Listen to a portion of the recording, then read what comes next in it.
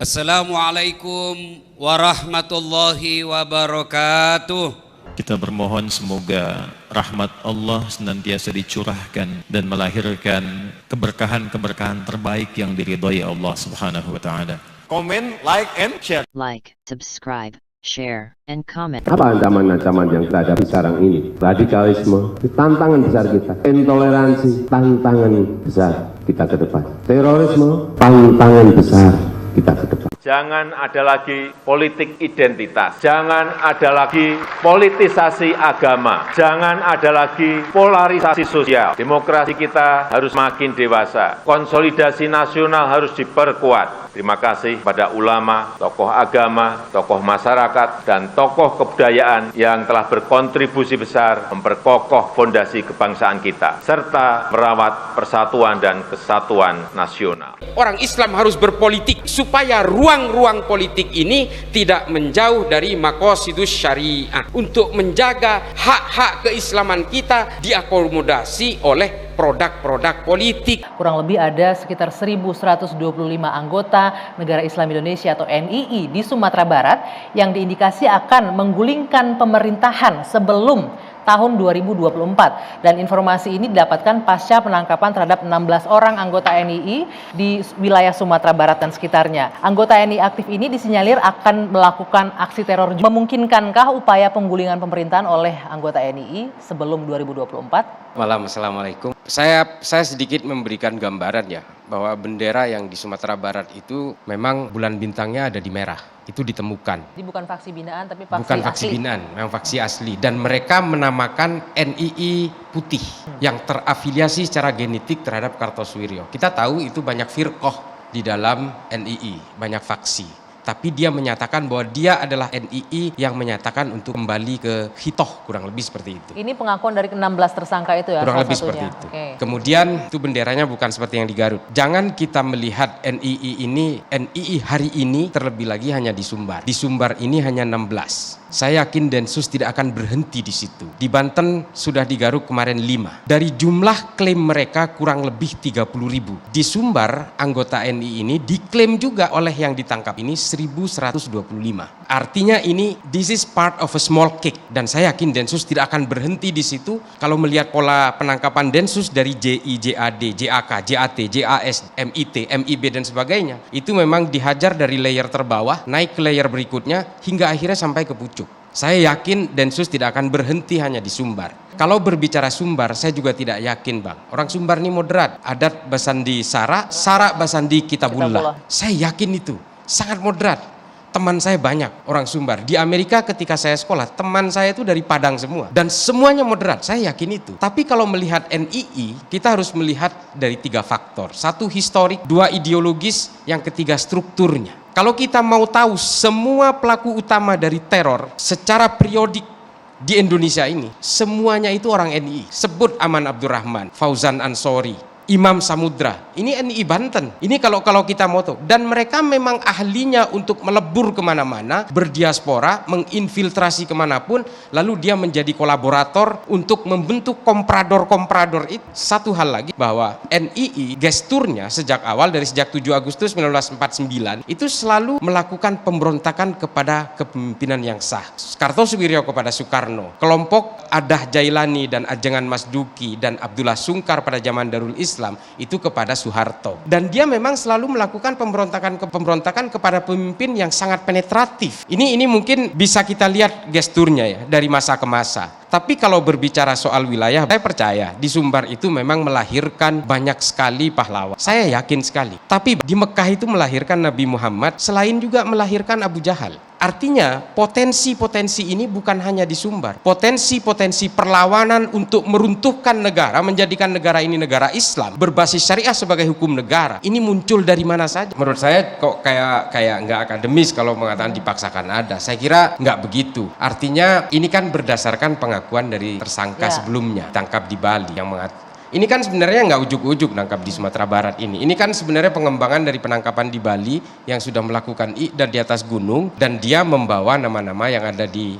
di Darmasraya ini. Dan kemudian Darmasraya ini diketahui bahwa ternyata ini adalah kecamatan. Kabupatennya ternyata ada di Tangerang dan sudah ditangkap kemarin 5 orang itu. Dan ini akan berkembang terus, dan memang kecanggihan dari NII ini adalah mereka membentuk klaster-klaster yang tidak terhubung dengan satu sama lain. Dan ini di luar Sumbar jelas. Makanya stigmatisasi terhadap Sumbar ini saya menolak sekali. Saya tahu orang Sumbar itu sangat moderat, dan kita tahu itu kalangan nasionalis dari sana, tapi memang kita tidak bisa menutup mata bahwa infiltrasi semacam ini terjadi di semua wilayah. Potensinya ada semua. Termasuk di Sumatera Barat ini ada Termasuk di potensi. Sumatera Barat, di Lampung, di Jawa Barat dan Sebentar, sebagainya. saya ingin tanya lagi, memungkinkan atau tidak upaya untuk menggulingkan pemerintahan resmi dengan posisi katanya ada 30.000 anggota NII tadi seluruh Indonesia dengan Sangat menggunakan tidak golok mungkin. salah satunya. Kalau menurut pengakuan Sarjono, anaknya Kartosuwiryo kepada Wiranto sekitar 2 tahun yang lalu, itu dia sebutkan ada 2 juta orang NII di seluruh Indonesia, dan diperkirakan sekitar di Sumbar itu ada sekitar puluhan ribu lah begitu. Saya nggak tahu juga angka pastinya berapa.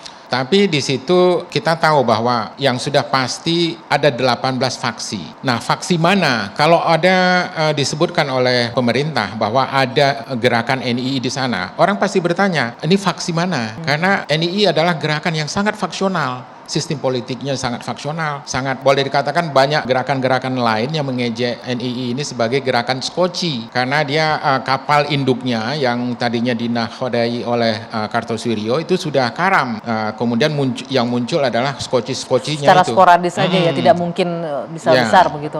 Tapi apapun faksinya kan baiatnya sama, sabta Iya. supaya Baiatnya semua. sama. Iya, Nah ini kan yang Saya ingin menyatakan bahwa concern kita terhadap pergerakan NII hari ini itu di seluruh Indonesia. Ya, artinya potensi gerakan, potensi aktivitas itu tidak hanya cara Sumatera Barat, tapi seluruh Indonesia. Oleh karena itu, bahwa ini seperti menelusuri fakta berdasarkan fakta yang ditemukan sebelumnya. Jadi fakta Damasraya itu ditemukan berdasarkan fakta yang ada di Bali. Fakta yang ada di Tangerang itu ditemukan berdasarkan fakta yang di Damasraya. Dan ini akan terus. Jadi modelnya begitu. Karena apa? Karena pada level derajat 1, mereka yang direkrut mungkin hanya mengenal derajat 2-nya perekrut, tapi di level atasnya Tidak saling mereka kenal. mengorkestrasi semuanya untuk bisa bergerak pada satu titik tertentu dan pada satu waktu tertentu. saya tambahkan sedikit Bang, sorry, supaya kita tidak mengerucut seolah-olah ini stigma untuk Sumatera Barat. Saking gairah moderasinya orang Sumatera Barat, ikan lingkungan di Darmasraya sekarang ini sedang mendesak kepada orang-orang yang dianggap menjadi anggota, kurang lebih 300 orang akan melakukan cabut baiat di Darmasraya habis riaya ini. Ini desakan masyarakat, artinya masyarakat sendiri menolak terhadap gerakan-gerakan ini. Makanya kita percaya ini bukan stigma untuk Sumatera Barat. Orang Sumatera Barat itu commonly itu memang moderat, dan ini desakan secara komunal datang kepada mereka, harus cabut baiat daripada kamu jadi penyakit di sini. Dan itu akan dilakukan oleh Bupati Darmasraya dan juga Dens untuk melakukan prosesi cabut baiat. Barang bukti yang ditemukan juga menunjukkan sejumlah rencana yang tengah disiapkan oleh jaringan NII Sumatera Barat, yaitu upaya melengsarkan pemerintahan yang berdaulat sebelum pemilu 2024. Selanjutnya, ini Mas Haidar nih, isu aksi NII terindikasi terkait penundaan pemilu ala masa Orde Baru. Wah, ini gimana nih Mas Haidar? Ada 2 nih. Tadi menggulingkan pemerintahan sebelum 2024. Kalau Anda melihat tadi itu ada penundaan pemilu ala Orde Baru. Sampai sejauh itu melihatnya? Kalau misalnya dihadirkan orang-orang NII yang ditangkap dan dituduh teroris ini, yang punya rencana untuk melengsarkan atau untuk melakukan kudeta terhadap Jokowi tahun 2024, Sebelum 2024. sebelum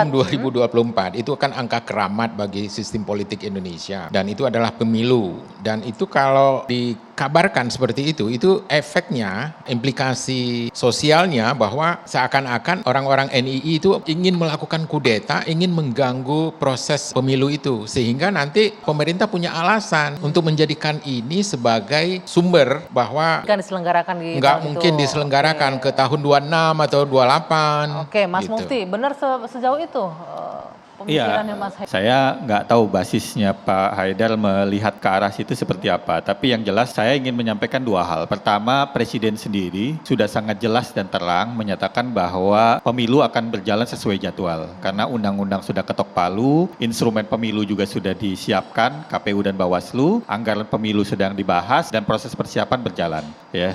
Jadi apapun yang terjadi sejauh ini tidak ada alasan, mau alasan NII mau melengsarkan dan segala macam, tidak ada alasan untuk melakukan penundaan. Kemudian yang kedua, aktivitas-aktivitas mereka itu lazimnya yang dilakukan sejak masa lalu itu memang menumpangi kekacauan politik gitu loh. Jadi misalnya ketika terjadi dinamika sosial, orang sedang resah dengan isu ekonomi, orang sedang resah dengan persoalan-persoalan keseharian, maka itulah momen paling tepat untuk menginjeksi masyarakat dengan kesadaran palsu negara versi mereka, ya kan? Artinya apa? Anda mengalami ini karena Anda bernegara dengan cara yang begini. Kalau Anda bernegara dengan cara kami, itu nggak akan Anda alami. Nah, ini momen-momen yang biasa diisi. Itulah yang tadi kita lihat gerakan-gerakan ini mendapatkan momentum untuk masuk. Apalagi ada satu momen penting yang terjadi di Afghanistan. Taliban kembali berkuasa, ya kan? Taliban berkuasa. Kenapa dia berkuasa? Satu, karena rezim Hamid Karzai korup. Yang kedua, pemerintahan melemah, ya kan? Yang ketiga, infrastruktur sudah mereka siapkan. Ada orang di militer, ada orang di ASN dan segala macam. Sehingga ketika Taliban merebut wilayah per wilayah dan kembali berkuasa, langsung jalan mesin pemerintahannya. Nah, itu yang menurut kami menjadi concern dari rekan-rekan Densus 88. Sehingga mereka melakukan antisipasi. Dan sekali lagi, melihat gerakan NII bukan melihat satu kota, dua kota, tapi melihat secara utuh Indonesia sebagai sebuah wilayah. Densus 88, BNPT, ayo bicara dengan Pemprov Sumbar, pemerintah kabupaten yang terlibat, agar kita bersama-sama lakukan deradikalisasi. Kita membuka diri soal itu. Ajak MUI,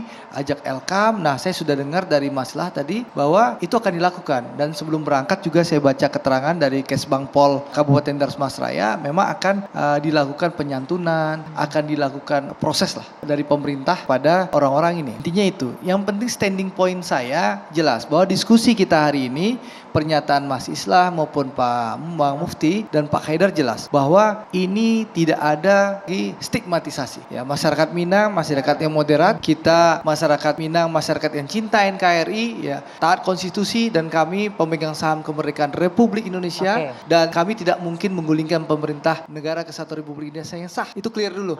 Itu Ya, pesan saya mewakili masyarakat Minang dan juga sebagai ketua DPP IKM, ketua harian DPP IKM dan juga anggota DPR RI yang menyampaikan aspirasi masyarakat Minang di forum ini. Artinya ketika terjadi penangkapan katakanlah di Jakarta, itu bukan berarti kita menstigma orang Jakarta dan masuk di provinsi yang lain. Jadi ini tuh hal yang saya kira clear dalam perdebatan malam hari ini. Jadi tidak ada stigma kemanapun. Ini juga penting ya, kehati-hatian juru bicara untuk menyampaikan. Apalagi kalau kita baca tadi, ini adalah akan melengsarkan pemerintah sebelum pemilu, akhirnya diterjemahkan oleh Bang Haidar yang lain. Ini PR juga Mas Islah untuk kehati-hatian. Sebentar. Juru bicara selalu berhati-hati lagi ke depan. Sebelum ke Mas Islah, terakhir Bang Haidar, dengan dicabut baiat apakah ini bisa menyelesaikan masalah ideologi dan pemahaman mereka? Sama sekali susah mencabut baiat itu. Ustaz Abu Bakar Basir juga nggak bisa mencabut baiat NII. Dia harus membuat baiat yang baru, misalnya baiat JI. Begitu juga dengan orang yang sudah ditangkap tadi, harus buat baiat yang baru. Tapi NKRI kan nggak punya konsep baiat. Ini kan sama sekali incompatible. Jadi solusinya apa untuk menghentikan? Solusinya ya buat baiat yang baru. NKRI bilang tidak ada. Iya, NKRI tidak ada baiat dan itu susah sekali. Memang itu mengacaukan sistem ini juga ya. Dan orang NII sebenarnya nggak pernah melakukan pemberontakan. NII itu muncul karena dulu disuruh oleh Jenderal Sudirman untuk melawan Belanda di Jawa Barat. Dan NII dalam keterangan proklamasinya yang 10 butir itu menyatakan bahwa itu adalah kelanjutan dari proklamasi tahun 45. Saya mengatakan dari mana NII ini justru embrio dari seluruh organisasi teror hari ini. Ini kan jelas sekali dan pemberontakannya di mana-mana. Kahar Muzakkar semua. Kartosuwiryo juga melakukan pemberontakan. Artinya kita jangan terlalu menyimplifikasi persoalan NII dengan menyimpangkannya dari sejarah. Artinya begini. Benderanya masih tetap merah putih, Mas. Oh iya merah putih, tapi kan tetap ada bulan bintangnya, Pak. Dan ingin menjadikan Indonesia sebagai negara Islam. Ini absolutely false. Nggak boleh. Ini negara ini harus tetap berada dalam naungan Pancasila. Ini udah kesepakatan founding father. Nggak bisa. Itu Jakarta Charter, 7 nggak bisa. kata yang Kalau dicoret dia itu. ingin memberlakukan hukum syariah sebagai hukum negara, buat saya itu pengkhianatan terhadap Pancasila. Itu yang justru pengkhianatan terhadap Piagam Jakarta. Nggak bisa. Kalau menurut saya abang terlalu mengada dan abang saya malah jadi curiga, jadi jangan-jangan abang terpapar juga ini. Ya memang terpapar karena itu kebebasan ideologis orang untuk memilih apapun ya. Tapi masalahnya Bang, gambaran NII itu latar melakukan belakang. gerakan senjata. Seperti yang di Darmasraya ini, mereka melakukan idat, pelatihan militer kok. Memang jangan lihat goloknya Bang. Tapi Mereka sudah aktivitas mengumpulkan pelatihan itu pandai ada. besi dan pandai besi itu diminta untuk membuat golok. Bisa juga dia membuat senjata. Dia sudah mengumpulkan pandai besi. Dia sudah melakukan idat, latihan militer di tanah datar, di Payakumbuh. dan juga di Lembah Harau mereka melakukan itu dan Oke. semuanya terbukti. Baik. Dan satu lagi, golok jangan dilihat terlalu simpel. Ini simbol perlawanan. Dulu pejuang kemerdekaan kita menggunakan bambu runcing loh, jangan salah. Tapi girohnya terbangun dari situ. Kita juga sepakat bahwa NKRI adalah harga mati.